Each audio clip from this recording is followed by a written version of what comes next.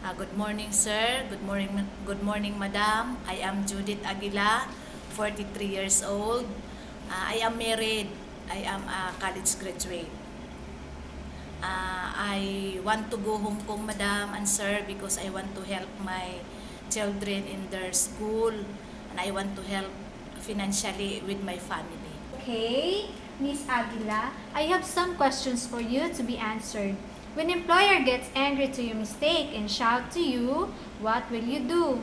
When my employer shout with me, I tell them, I'm sorry madam if I got mistakes. I accept my mistakes patiently, honestly, because I understand my employer so much.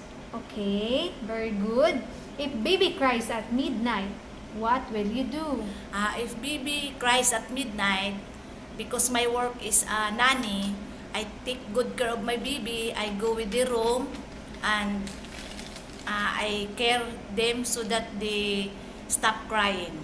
Okay, what will you do with the clothes before washing? Before washing, I segregate the clothes from white to the color. The baby clothes and my madam and sir dress. I segregate that one before I wash. Okay, very good. Can you give employer's phone number to your friends and relatives and why? I did not give the number to anyone because the number of my employer, it is a private number. So I respect their privacy. That's why I did not give any number to my friends, especially my employer number. Okay, very good. If you don't understand the instruction from your employer, what will you do? If I did not understand the instruction of my employer, I tell my employer, pardon madam, I did not understand your instruction. Then I ask her another question to so that she can tell me another question so that I understand. And I tell him honestly, respectfully, because she is my employer. Okay, very good. After hanging the clothes outside for drying, but now it's going to rain, what will you do? If it is raining outside, I get the dress outside because it is raining. So I transfer it inside so that it is dry. Okay, very good.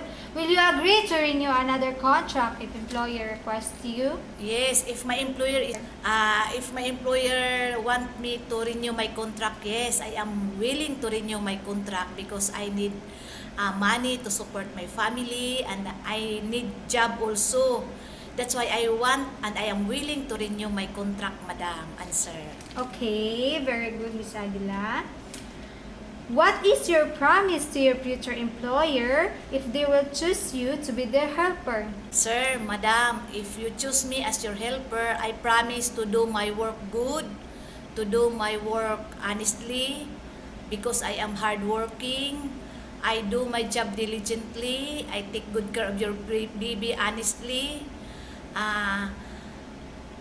You choose me because I am super good because I have also experience to take good care of the baby, to cook food, to wash the clothes.